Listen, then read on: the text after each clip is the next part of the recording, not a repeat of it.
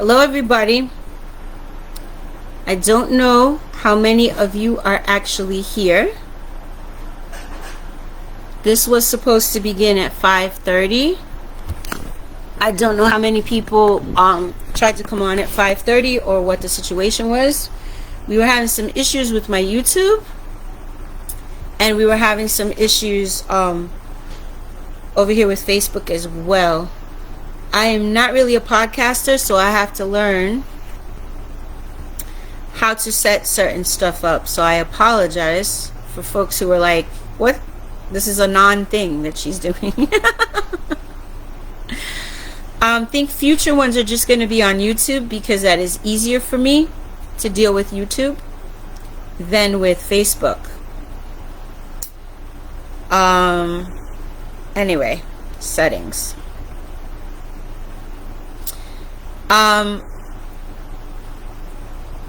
So people have been asking me what this is, and those of you who were on earlier and had to skip or who come on later will see this, okay, because I'll post it.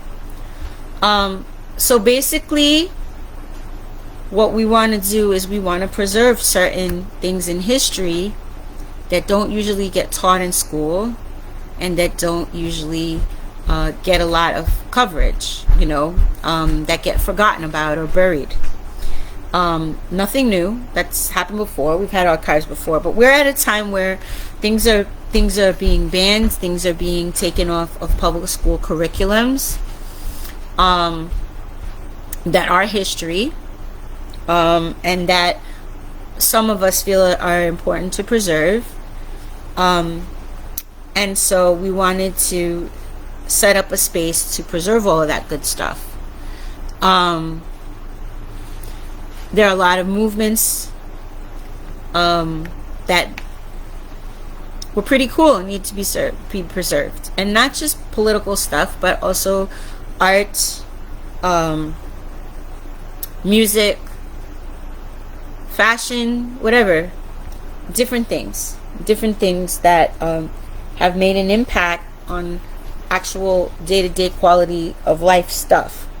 Okay, things that were maybe marginal or outside the norm that later became a norm or became, we found out later the importance of it. So I think it's important to preserve that. A lot of other people think it is too, and we wanted to do that. For those of you who've been asking, how we're setting this up legit because it's important that it be that way, because we don't want people to come back later and be like, what'd you do with the money? Or, get hit with fines, get hit with things that are going to cause the work that is being done or the stuff that's being preserved to be lost. Okay. So, as of today, we did file to make the American Museum of Counterculture a not-for-profit organization in New York State. Here in New York State. Okay? The next step after that is to get approval from various licensing agencies to make it an actual museum, and to also get what is called tax exempt status under 501c3 of the Internal Revenue Code. Okay, we do not yet have that status, so any donations that are being made, there's been some people who've been making them, those donations are not tax exempt at this time. Okay, once we do get the IRS status and we are tax exempt, then if people donate money to the museum, then it will be a tax exempt, that you can put it on your taxes and get your funds back. Okay. we would like to eventually get to a point where we have different, where we're kind of like an umbrella, a big group for different smaller projects in other areas. So if you have, if we establish ourselves as a museum and we're running well and we have a budget and we have money, right, then we want to sponsor, if we can at that later date, other efforts that are being made in the community, right, to preserve stuff.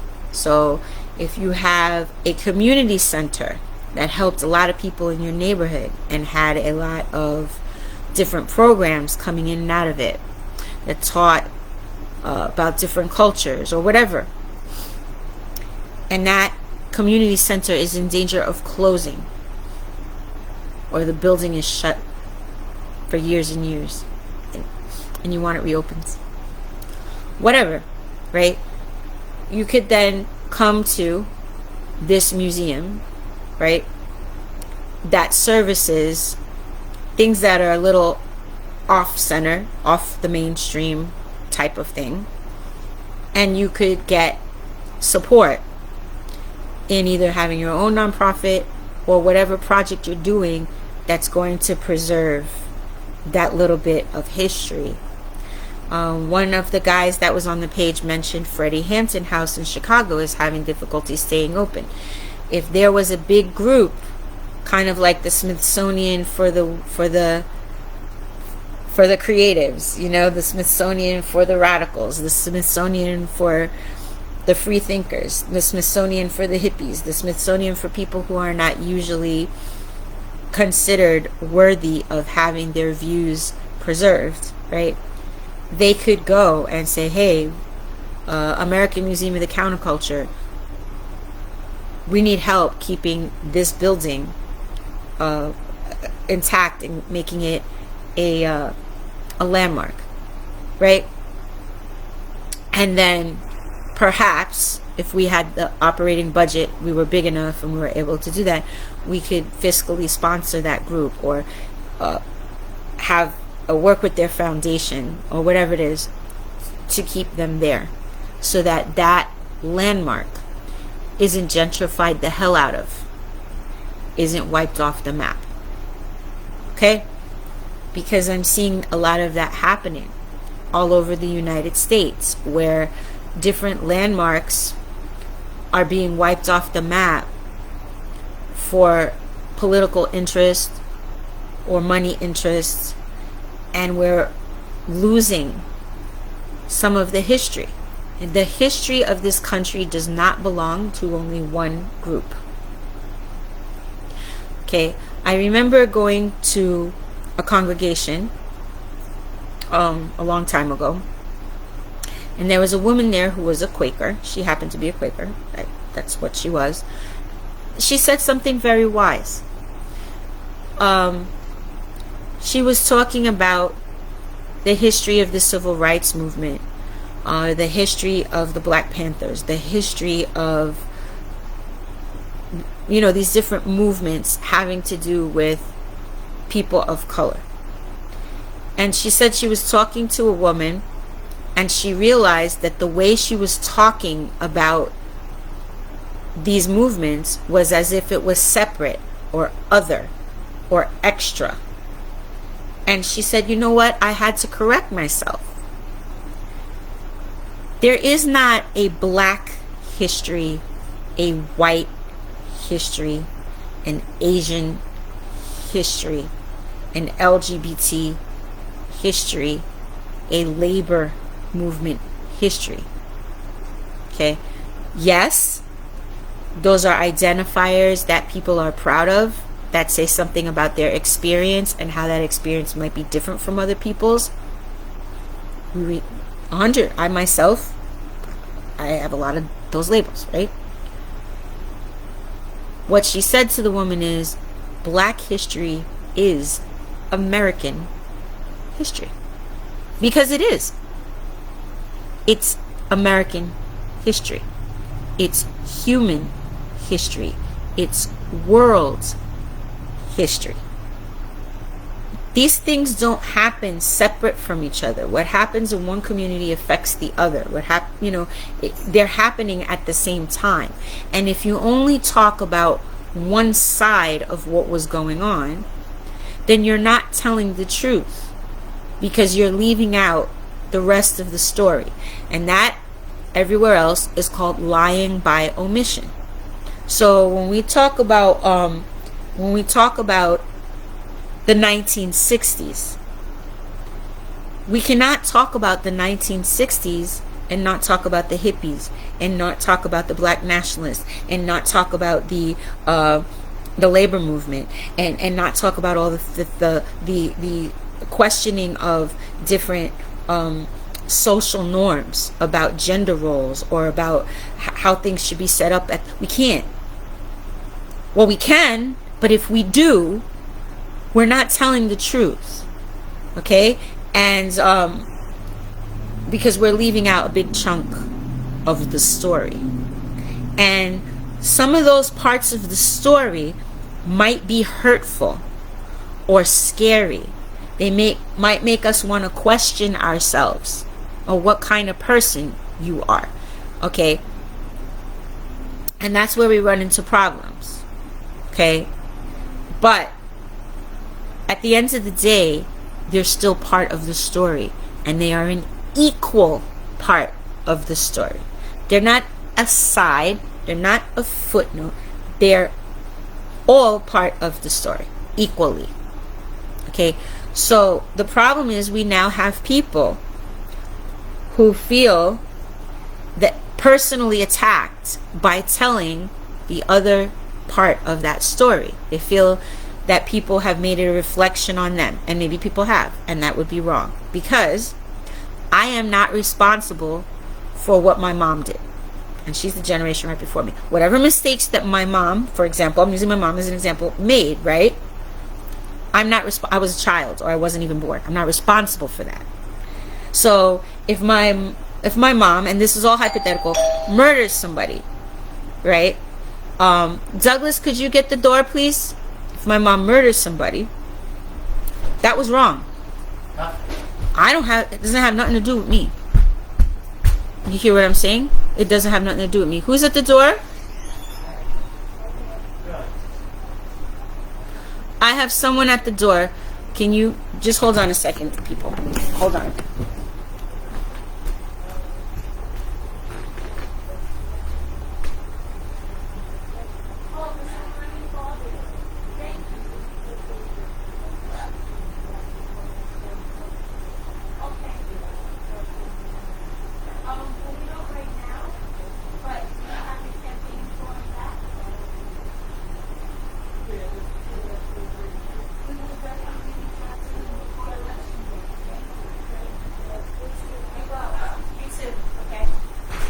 Yeah. So basically that was somebody campaigning because voting is coming. So I'm sorry for that. But what I was saying is, if my mom, example, because she hasn't, as far as you know, killed somebody, that's wrong, man. But I didn't do it. And that doesn't mean that I condone it. I might actually benefit from what she did. Maybe she killed my father and I got this whopping inheritance off of his insurance, right? That's not my fault either. What is my fault is what I am doing right now, right? So if I know that I got something unjustly and I don't maybe try to help others, then that's on me. That's the type of person I am. I'm responsible for me. And we have had a lot of situations where we blame people for the sins of their fathers or their mothers, and that isn't right. It's especially wrong when we do it to someone who is a genuine ally. All right? However,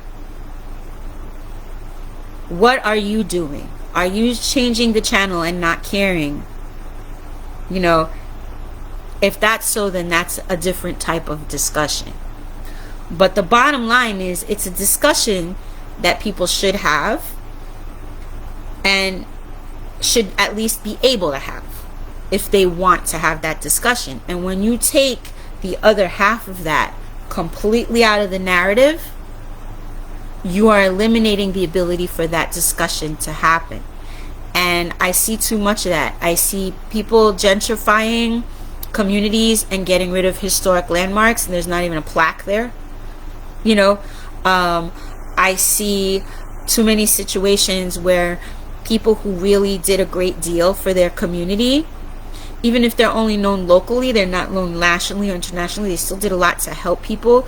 And then we have pictures of them, or we have stories about them, or we have article clippings about them, and the person passes away and we lose all of that. And they're never written up in history, and they should be.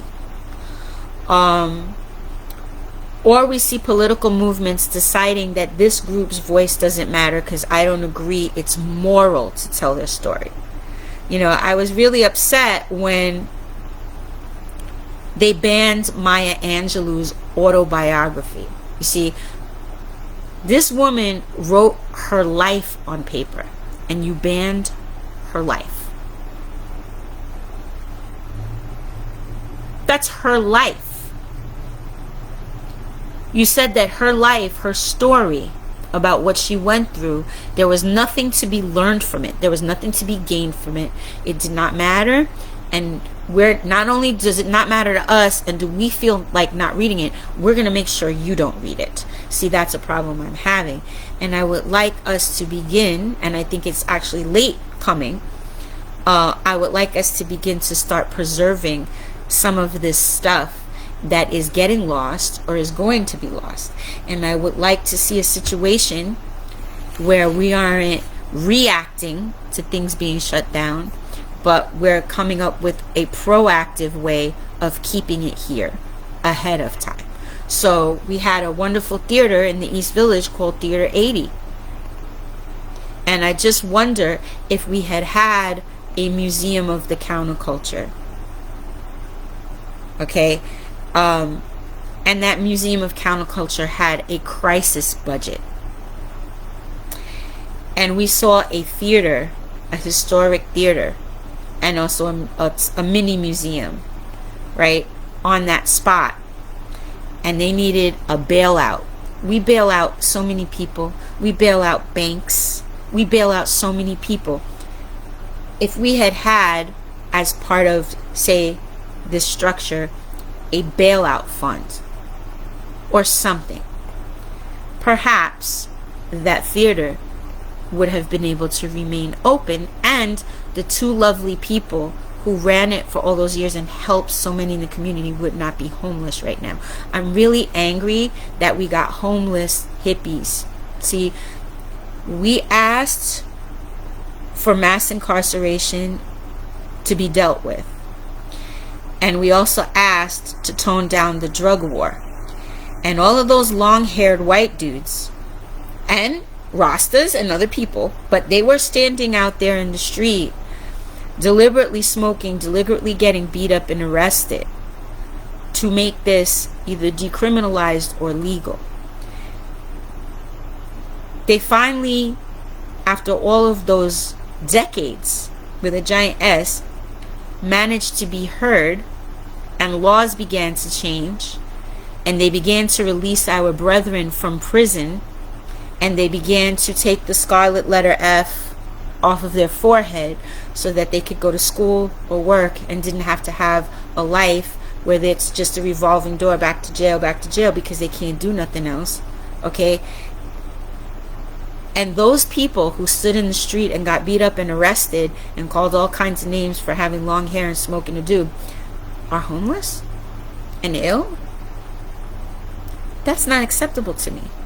Those people are, as far as I'm concerned, are in the line of Harriet Tubman. They got brothers out of prison, right? They freed people. Their work freed people. And to have their space and their museum about that taken from them and not replaced is not okay in my heart. It's not okay in my soul. I don't believe that was right. So I would like to set something up where that is remembered and preserved. And perhaps those activists who are first person historical sources. Just like when people went down with a recorder and they talked to someone who used to be a slave and they taped what they said and they typed it up and it's a slave narrative, or they went to an Indian reservation and they spoke to a spiritual leader there and they wrote down his remedies and they put it in an encyclopedia of herbalism. These people are first person eyewitness historical sources. We need to make sure that they're okay. We need to start writing their experiences and their wisdom down and preserving it. And we need to make sure that they don't go out like that. That's my feeling on it. So if I can form an organization, a nonprofit organization that can help with that, I want to. And it started off with the hippies, or the yippies actually, the yippies on Bleecker. And they said they wanted to expand it to other groups. And so that's what we're doing. So that's what this is. We're calling it the American Museum of Counterculture. That name came from the yippie guys on Bleecker Street. Okay. And I have a GoFundMe set up. Why is there a GoFundMe set up? Because it costs money to pay a lawyer to file papers, to put the word out, to get the software to do fancy podcasts that I don't know how to do yet, but I'll learn. It costs money to do all of that. It costs money to advertise. It costs money to boost posts on social media. It just does. Now we try to cut costs, but we want to do it legit because we don't want the IRS to come back later and say, you didn't file this right. Bye, we're taking it. After all of that love was put into it. So I want it to be set up fully legit. I have legal advisors who have a lot of chops and have been doing this for a very long time, who are advising me, okay? And that costs money. Who's putting that money in? The single mom who is a DV survivor and struggling is doing that. So it would be nice if people could give $1. If I have 500 people on my Facebook page and each of them gives $1, that's $450 or $500 that was given to me to recoup my cost and to put back a portion into the nonprofit, whatever it is. Okay, that's why we got legal fees to pay. We're gonna have a legit board of directors, bylaws, all of that stuff. Any GoFundMe money that has been given already, I have not touched. If you go on the AMoCC page, the American Museum of Counterculture page, I have posted up the emails I have received from GoFundMe reminding me that I need to put a bank account on there. I have not even given them a bank account number to transfer the donations to. The donations are sitting on the site in escrow. When we have our nonprofit set up, we will set up a bank account, not in my name, but in the nonprofit's name, and then I will give GoFundMe or Venmo or Cash App or Zelle or whoever it is the bank account number to that actual nonprofit, and anything that is donated will electronically, magically, in this age of tech, go directly to that bank account. I will never see it to touch it. And the board of directors will be set up so that there needs to be 2 trusted people, two signatures on every damn thing. Okay, because we don't want folks getting desperate or being in crisis, and in a moment of crisis making a bad choice. I've seen that happen. Okay, and we also want to grow that money. So I had someone who's a trader from England offer to assist me. He's a trader, so perhaps when we're up and running, he can help grow those donations so that we keep it running.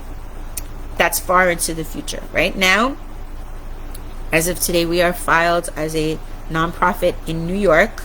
We do not have federal nonprofit status. We are applying for that status. How long that will take is up to the IRS. Your stuff is in escrow. It will be moved to an account that I do not have sole control over. We will get a board of directors. We're talking about honorary board members. We're talking about actual board members. We're talking about elections or online elections to elect people. We're talking about what programming we would want to see, what types of exhibits we want to see. We're talking about getting a space for an archive and who our archivists and curators would be. We have a lot of creative people involved from literally all over the world, from every counterculture. We got the Rastas up in here, we got the hip hoppers up in here, we've got the Black Panthers up in here, we've got the hippies, we've got the yippies, we've got the beatniks, we've got the LGBT people, we've got pirates. I didn't know there was a counterculture where people were still freaking pirates. We got pirates up in here. We've got all this good stuff. And with that, we don't just have political movements. We have music, we have art, we have writing, we have theater, we have really cool crafts to do with the kids, you know. And I think that this is all a good thing. And I would like to see it happen, and I hope other people would like to see it happen and will join me in making it happen. But it's being done legit. I believe in full transparency. I'm an anarchist. Oddly, an anarchist that's doing things legit, but hey, I believe in full transparency. Okay? If I have to take the receipt from Dollar Tree for the pencil I bought to write the bylaws with and post it up, I will do so. I have no problem doing so. I roll that legit. I'm not worried about it. You know what I'm saying? There were people asking about the GoFundMe, and I answered, and I'm not mad. It's your money that you work hard for, that you use to pay for the bread on your table. That's why the hippies called it bread instead of money, right? And you have every right to ask where the hell it's going and what it's going to be used for. Every freaking right. And I want to have that trust. Okay, so I don't have a problem letting you know that. So that's the status. There's nobody on here, probably because it isn't a good time. I gotta check the analytics on my page, or because they're over at YouTube and YouTube screwed us up, or because they were on before and it just took me too damn long to get up. But I will eventually get it together. But I feel that a lot of times when we go on these websites or these social or anti-social media, we're looking at type things, we're looking at memes, we're looking at tiny little 2-minute clips, right? I think that because we're scattered and far apart and so busy in this technological and other type world, we don't sit and have any discussion. And a lot of y'all don't know me or don't remember me. I was just a kid when I was down in the East Village, right? So I think a lot of times, a lot of the intent and the heart and the intonation and the physical, the body gestures, the facial expressions, the tone of voice, all that, you lose that when you're looking at notices that are typed up, right? And the attention span or the reading, the longevity in being able to read something more than 3 sentences long has been lost in this culture. So it's very difficult to connect with you if all it is posts on a page. But if there's a video, you can see me, you can see my smile, you can see my face, you can see where I'm coming from, you can feel me. You know what I'm saying? So I thought it was important to maybe once a month come on and say hi and let people know what I'm doing, where we're at, how this is going, is it working, am I really going to pull this off, is it helping people, what are your questions, what are your concerns, what are your suggestions. If you have none, I have a record that I went to y'all and asked. Okay? But I think that that helps when people actually meet and speak to the person who's behind that page. I think it helps a great deal. So I wanted to do that. I'm gonna go. It's been 30 minutes already. I tend to be very long-winded because I like to break it down in detail, and also because I'm used to people not taking me seriously and having to explain every freaking thing I do and justify everything that I do. And I'm used to being misunderstood by people and having to constantly explain myself. So as a result, I can be very long-winded. I am working on that. I'm working on it. You know, I'm a work in progress, just like this project is. So I don't want to take up more time, but I wanted to come out and holler at everybody. This is going to be saved on my personal page. I'm going to get the link and I'm going to put it on the AMoCC page. I am 100% transparent. Okay, my personal phone number, my personal address, my personal email are all over the internet because of other activist work or creative work that I have done. I have a lot of people coming at me because of my politics and the activist work that I have done. I am a target. I'm going to be real about that. And I catch it from a lot of different sides. A lot. Okay? And I have decided, for me, other people may decide to handle that type of stuff differently, but for me, I have decided that the safest way, the way that me and my children are safest when there are the powers that be coming at me for my activist work, please wait until I'm done, is to be 100% public and out in the open, because then there's no dark, dirty secret for anybody to find and put out there and blackmail me with, because everybody knows my nasty skeletons in my closet anyway. Okay? There's no mystery. And if you're gonna come for me, you're gonna come for me with the whole community watching and knowing. There's not gonna be, God bless Malcolm X, but there's not gonna be me hiding behind a curtain peeking out. I'm gonna step outside of my porch. If you're coming for me, you're coming for me in the broad daylight. Why? Because I'm a righteous woman and I haven't done wrong, irrespective of what anybody says. So, or they wouldn't have to work so hard to build the case. You get me? So I keep my stuff open. Now, that I'm not going to betray other people's confidentiality or safety or put stuff out there that legally I should not be putting out there. But as far as how to reach me, how to talk to me, where to find me, if there are people speculating, if there are people wondering, it is their own stuff. Because if you have a question, you don't need to speculate. You can come to the source and you can ask, and I will answer. You can come knock on my door. Hey, is Diane around? We want to talk to her about the Museum of the Counterculture. I don't care. You know, so you're able to reach me. I'm going to put it right here, 516-884-4171. Right now I'm located in Nassau County, but Nassau County is not where I'm from, but it's where I am at this moment. Welcome to call, text, okay, email. The email address is Go Amok. We wanted to say Run Amok, but somebody already had the name Run Amok, and we're not trying to get sued for trademark infringements. So it's Go Amok, GOAMOCC @gmail.org. We also have a YouTube page. We also have the GoFundMe up. More will happen as we develop. And you can also see me right here on Facebook, Diane Molina Morales. I love you to pieces. I love you to pieces, and I hope that you'll join me in making this happen, because I don't want to lose all the good work you guys have done. I don't want to lose it.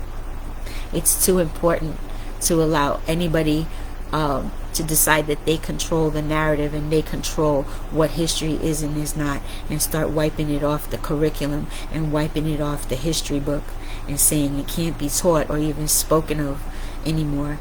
We cannot allow that to occur. Okay? A lot of the things that I have experienced and that I have had in life, I would not have We like to diss the civil rights movement. Dude, there would not be a Negro college fund. I would not have had a scholarship. I would not have sat at Columbia. I would not have a house on a corner property in a predominantly, well, not anymore, white neighborhood for people to come at me if it was not for people who stood their ground and integrated. Okay, and if you don't want to do that, that's cool. But a lot of what I have that is a direct, different quality of life, positive difference from what people who are still living only a decade or two before were able to have and do. Okay, I can sit on the bus next to somebody a different color and not get off and be hung on a tree. That is I mean, think about that. Think about the difference in lifestyle. And this is not 100 years ago. This is only a couple decades ago in the scheme of things. When you think that human history is millions of years old, this is a drop in the bucket. This is yesterday. There are people still walking the earth living who were there at those struggles. Okay, so a lot of what I have because of those people. And they weren't weak-willed people. We may disagree with their strategy. We may feel that their strategy needs to be changed. But we have to respect what they did because they died for it, and we have it because of it.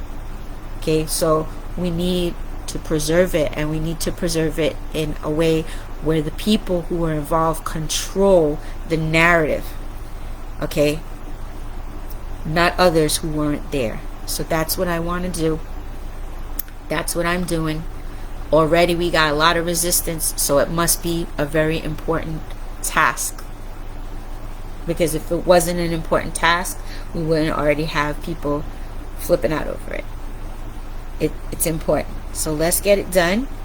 I don't want any infighting on my page. Debate your stuff. Brethren, sistren, debate it off my page. It doesn't mean I haven't taken any side, but I gotta be Switzerland. I have to be Switzerland. I have to be in order to get this off the ground. Let me get it off the ground, and then if y'all want to, brawl, have a little wrestling match over strategy or whatever, y'all can do that. Let me get it off the ground, please. All right? Love you much. Bye-bye.